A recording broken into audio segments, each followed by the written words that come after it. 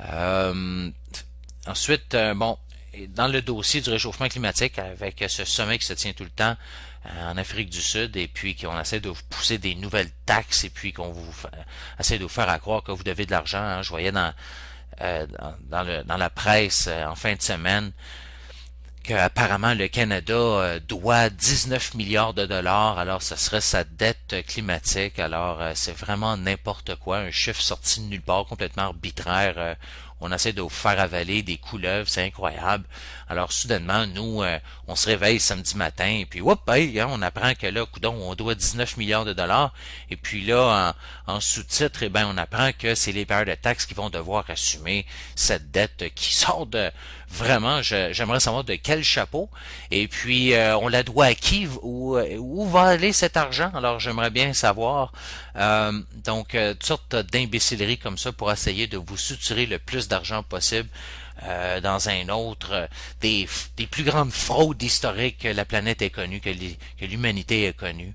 Incroyable, qui est en train réellement de se démonter d'elle-même sur la place publique, alors que les évidences scientifiques et puis non seulement ça, mais les fuites aussi de communication ou encore de courriels entre ces têtes qui mènent ce mouvement, qui mènent ces supposés groupes de scientifiques qui sont complètement corrompus et achetés, alors la science au service d'un agenda politique, où on a essayé de camoufler des périodes climatiques de 200, 300, 400 ans de réchauffement climatique encore plus intense qu'ici il y a environ 1000 ans, et des évidences dans ces courriels où on parle de toutes sortes de manipulations, de cachets, des refroidissements climatiques, de dissimuler, d'utiliser des coefficients pour essayer de rendre pire des hausses de température qui étaient minimes, ainsi de suite. Je veux dire, c'est vraiment bouleversant de voir ça. Pour vous donner un exemple de ça, vous avez ces fameuses prédictions sur la montée du niveau des océans qui sont avérées être des fausses alarmes, les niveaux qui fluctuent sans cesse, déclare un expert dans des changements climatiques. Alors ça vient de vous savez, on parlait des Maldives qui pourraient être complètement submergées par les vagues. On voit que maintenant, ça n'a aucun sens. C'est l'ancienne tête là, du département de Stockholm, de l'Université de Stockholm. La tête ça s'appelle de la paléogéophysique et puis géodynamique. C'est tout un département, vous voyez, donc c'est pas des têtes de linotte là, qui parlent ici. Lui, ce monsieur-là déclare que les hausses et les baisses de niveau des océans sont dus à des fluctuations historiques naturelles. Alors, voyez toutes sortes de nouvelles comme ça qui sortent. Ensuite, vous devez considérer que ça fait 4 hivers d'affilée qu'on vit, qui sont réellement très froids, surtout en Amérique du Nord et puis en Europe, vous avez vu ça. Vous avez les résultats aussi du CERN. Alors, eux autres, encore là, c'est le laboratoire dont je parlais un peu plus tôt, qui ont découvert qu'il y a des particules qui vont plus vite que la vitesse de la lumière. Alors eux aussi ont trouvé dans leur recherche, ils sont arrivés avec des résultats que le Soleil a une influence dominante. En fait, c'est l'influence la plus dominante sur le climat. Alors que les fameux réchauffistes aux Nations Unies sont encore en train de pousser leur nouvel ordre mondial et puis leurs fausses solutions et puis finalement leur dette et taxation pour essayer d'appauvrir la planète entière et puis après ça, utiliser cet argent-là comme ils veulent. Alors vraiment des gens qui n'ont jamais été élus, qui ne représentent personne d'autre que leur propre intérêt, les intérêts des encore là, des banquiers financiers qui sont derrière ça, alors Goldman Sachs, toute cette gang-là, le FMI, vous avez la Banque mondiale, vous avez évidemment les Rockefeller, les Rothschild sont impliqués là-dedans. Toute la même gang de rats, psychopathes, malades mentales qui veulent contrôler le monde. Alors la même gang, c'est la même maudite gang, ok? Faut être conscient de ça. Vous avez toutes sortes d'articles comme ça, allez consulter un autre ici très important où on essaye de cacher, si vous voulez, la quantité de glace qui croît en Arctique, ok? Ça aussi, là, c'est assez particulier parce qu'on a tout le temps ces supposés experts gouvernementaux qui nous disent tout le temps que la glace en Arctique continue de décliner depuis 2007 à des supposés taux records.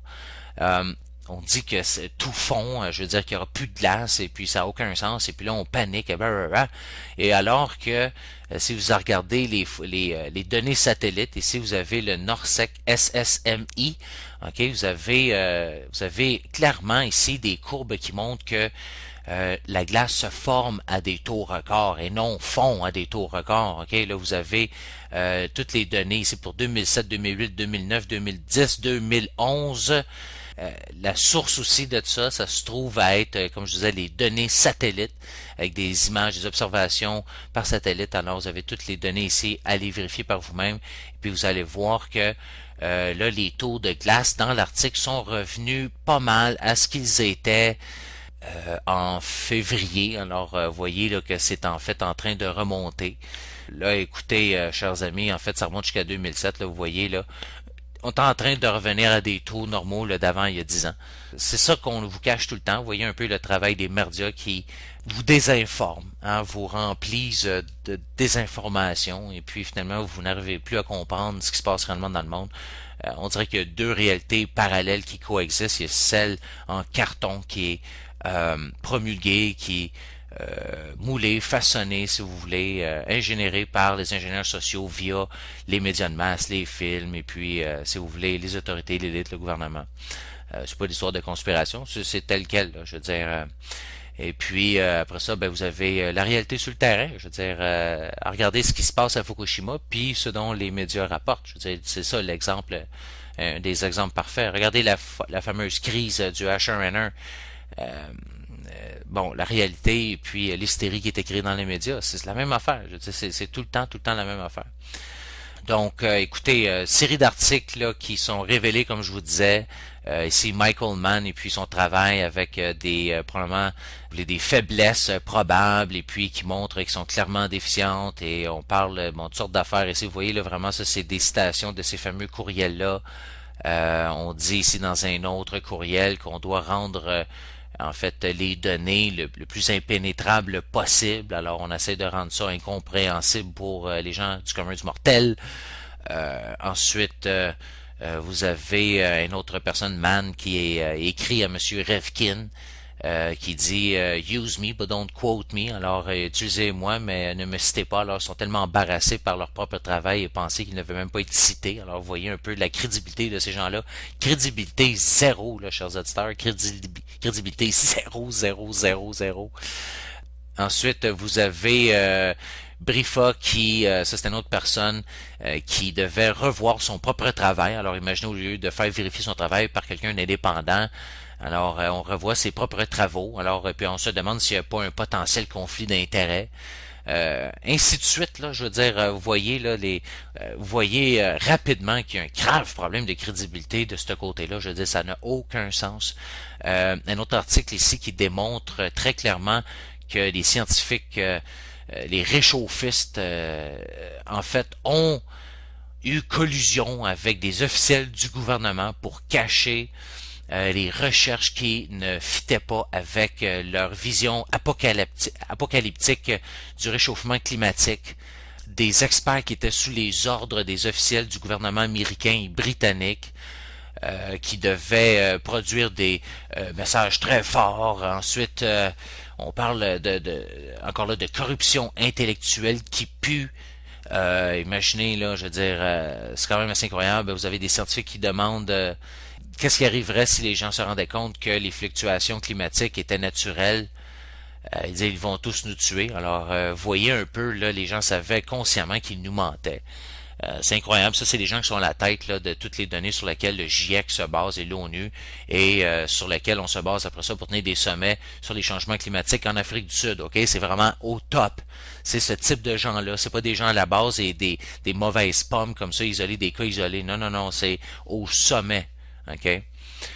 Ensuite, ben il y a peut-être des questions à se poser aussi, à savoir, parce qu'il faut savoir consciemment que c'est cette même clique-là, ces mêmes gens qui essayent de vous vendre le concept de la surpopulation mondiale et puis que il faudrait, si vous voulez mettre en place un agenda de dépopulation mondiale, oui, oui, c'est ces mêmes gens-là, hein, vous savez, c'est intimement lié. Vous voyez le message. Alors, c'est connecté, c'est la même affaire, c'est la même gang, allez voir, c'est les mêmes gens qui ont rédigé ces documents qui ont donné lieu à cette folie du réchauffement climatique là, qui est née avec le premier sommet de la Terre.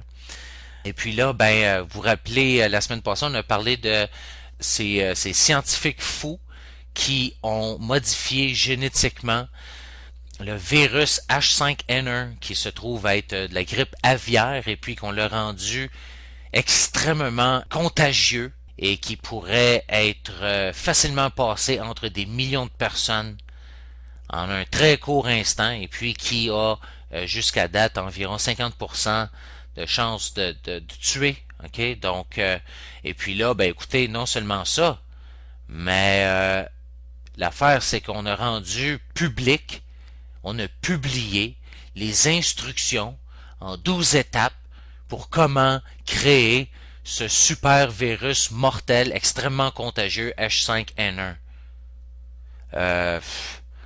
Mais qu'est-ce qui se passe? Mais qu'est-ce qui se passe? Je veux dire, c'est à se péter à la tête d'un mur, là. On se comprend-tu que, on comprend, je veux dire, les mots manquent, là. Je veux dire, voyons donc, c'est quoi, après quoi c'est quoi qu'ils veulent, là? C'est quoi qu'ils cherchent? C'est quoi le but de créer un virus comme ça, extrêmement contagieux et extrêmement mortel? Puis en publier après ça le comment faire en 12 étapes pour recréer ce petit virus chez eux dans son salon. Il faudrait peut-être savoir qui a financé ces gens-là, puis peut-être qu'on commencerait à comprendre quelque chose. Est-ce que ce ne serait pas justement ces gens-là, ces psychopathes qui sont derrière justement le réchauffement climatique causé par l'homme? On essaie de vous blâmer, on dit, c'est des citations, là, on dit que c'est l'homme qui est le problème. Il faut faire en sorte que l'homme est le problème.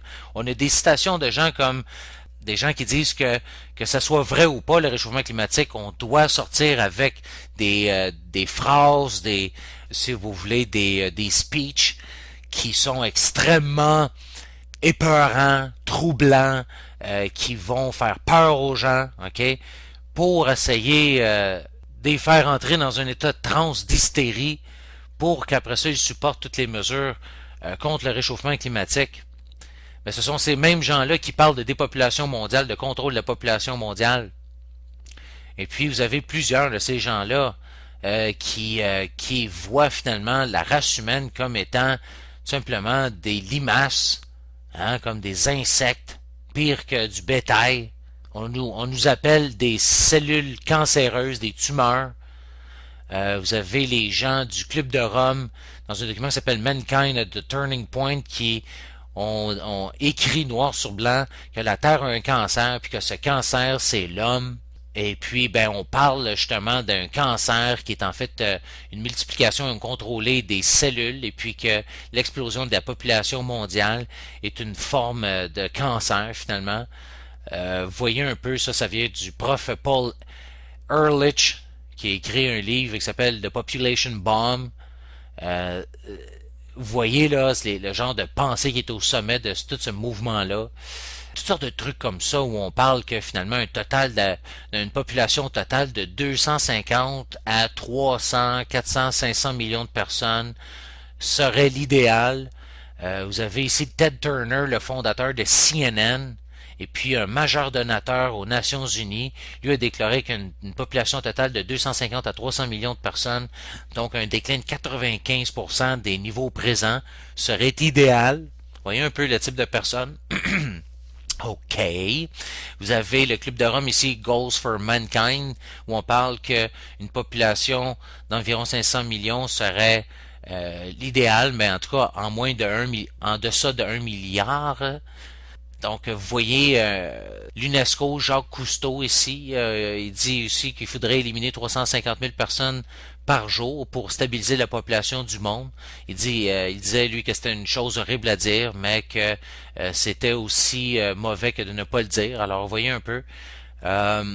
Donc, est-ce que ce serait pas justement les ultra riches, cette même hyper classe, en fait, c'est même pas le 1% comme le mouvement Occupy Wall Street le décrivait, c'est le 0,1%. Hein? C'est quelques dizaines de milliers d'individus sur la planète Terre qui possèdent la majorité de la richesse mondiale. qui nous voient, nous autres mortels, comme de la merde, à être écrasés du bout du pied. C'est littéralement comme ça, là. Je veux dire, vous avez des citations de ces gens-là qui se voient comme étant une classe différente de la race humaine, là.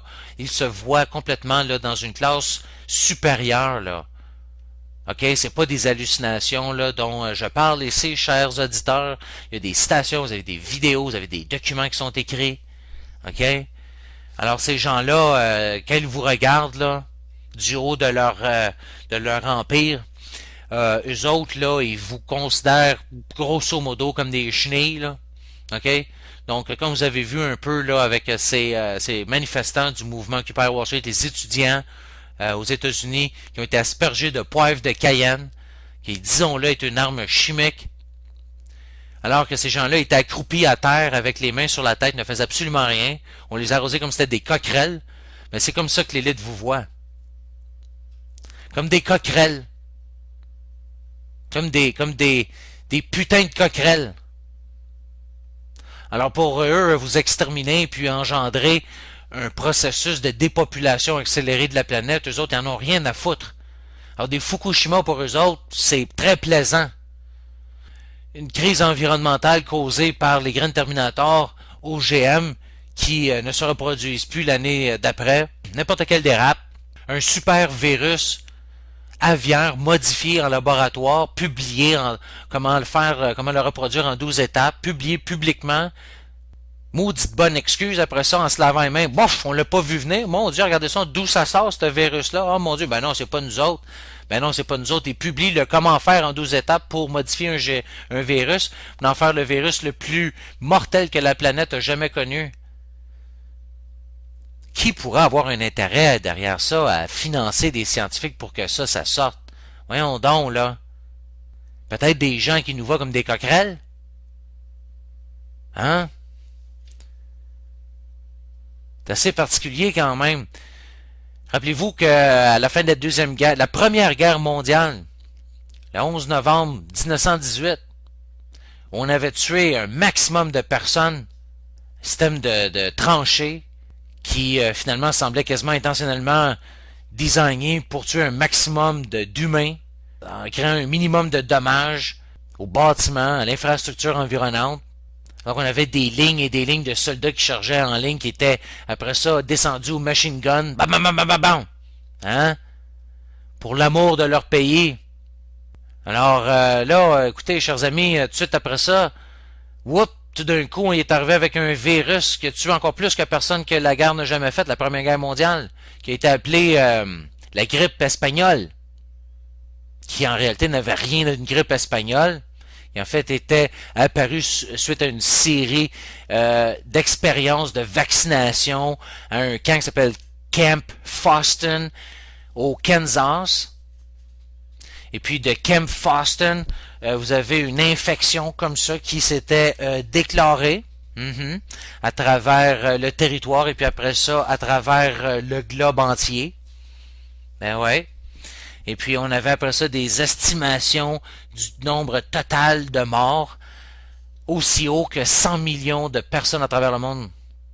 Et puis maintenant, on sait que on a eu des scientifiques qui ont été payés pour recréer cette fameuse grippe de 1918. Le CDC aux États-Unis a créé des variations de la grippe aviaire, porcine, et on a mélangé ça aussi avec la grippe humaine, qui était un mélange identique à ce qu'on a trouvé pour la supposée pandémie du H1N1. Vous vous rappelez de ça? Commencez à connecter un point, vous voyez venir un peu, là? Puis là, maintenant, boum, on arrive avec ce fameux H5N1, qui est finalement, écoutez, en anglais on dit weaponized. Hein? Donc weaponized, ça veut dire qu'on en fait une arme. On vous livre même comment en faire une arme en seulement 12 étapes, facilement à faire. Maintenant qui est rendu public, accessible à tout le monde. Faites ça chez vous, durant votre party de Noël. C'est fantastique. Alors, est-ce qu'on est en train d'assister à une bombe de dépopulation qui pourrait être, si vous voulez, relâchée par la classe des ultra-riches, le 0,1%, hein, qui trouve qu'il commence à avoir pas mal trop de monde dessus leur planète qui pense qu'ils leur appartiennent? en disant que, oh, on ne sait pas qui a fait ça. Voyons donc. Qui a fait ça? Ben ouais, vous avez des gens comme Andrew Carnegie qui a ouvertement déclaré, lui, que les ultra-riches souvent se voient eux-mêmes comme étant une race, une espèce séparée et distincte du reste de l'humanité. Ben ouais. Peut-être qu'on commence à comprendre pourquoi ce type de personne serait prête à exterminer 90% de la population mondiale. Ça n'a rien à voir avec de quoi qui est bien nouveau d'ailleurs. C'est un concept qui est inclus dans certaines religions en tout cas, qui voient les autres êtres humains à l'extérieur de leur propre religion comme étant tout simplement une forme de bétail humain. Alors, vous savez, longue histoire les religions, hein? On retourne à quelques milliers d'années dans le passé. Alors, comme je vous dis, c'est rien de nouveau ces types de pensées-là. C'est rien de nouveau. C'est de quoi qui traverse les temps. Vous avez on dirait une élite qui, à travers des anciennes religions babyloniennes, ainsi de suite, à travers des différentes sociétés secrètes, loges, vous avez des loges orientales, occidentales, maçonniques, ainsi de suite. Je veux dire, on se transfère le pouvoir et puis c'est un genre de mentalité. Et puis on arrive à un point tournant. Si vous pensez que c'est complètement flyé ce que vous entendez en ce moment, puis que c'est complètement déluré, que ça n'a aucun sens, que c'est une hallucination totale, c'est correct. Il n'y a aucun problème avec ça. Vous êtes maître à bord, vous êtes maître de votre destinée et vous êtes maître de ce que vous voulez bien penser. Sauf que ça change rien au fait que il y a une élite mondiale qui pense comme ça. Puis peu importe ce que vous en pensez, que ça soit fou, que ça soit pas fou, que ça soit vrai ou pas vrai, il y a des gens qui pensent comme ça. Puis c'est malheureusement des gens qui ont un pouvoir assez important. Alors, ouais. Donc, manipulation, fausse science, une science qui a été pervertie et corrompue pour servir des intérêts particuliers. Vous aviez les anciennes têtes de Greenpeace qui a d'ailleurs dû admettre, hein, je pense que c'est l'année passée, on faisait capoter les gens à propos du Groenland qui supposait perdait ses glaces. Alors on avait admis avoir grandement exagéré. Vous aviez Phil Jones, la tête de l'université de East Anglia, du département des recherches climatiques, là, qui alimente directement le GIEC. Donc Phil Jones qui avait admis que le réchauffement avait cessé il y a 15 ans. Il y a 15 ans? Ben oui. C'est quand même particulier. Alors que vous avez d'autres fous comme Al Gore qui insiste que la température du cœur de la Terre est de l'ordre de millions de degrés. Ils savent même pas de quoi il parle. Alors qu'il a utilisé des images générées par ordinateur d'un film qu'il a tout simplement volé, alors voyez, et que des cours britanniques l'ont accusé d'avoir utilisé plusieurs mensonges et mauvaise représentation de la réalité dans son fameux documentaire là, The Convenient Truth. Donc c'est ça ce dossier-là. Donc écoutez, on va continuer sur d'autres choses là, mais je veux dire c'est important de bien démonter ça. Bon, maintenant vous avez ici ces gens-là qui vous demandent après ça de leur faire confiance. Hein? Donc on crée des virus extrêmement mortels, hautement contagieux. Puis après ça, d'un autre côté, ben on vous dit d'immuniser vos enfants ou sinon vous allez perdre vos bénéfices. Alors on a déclaré ça, on a carrément dit ça aux parents australiens, alors qu'on a menacé d'enlever les bénéfices là, sur les impôts, ainsi de suite, si leur enfant n'était pas complètement immunisé. Ben oui.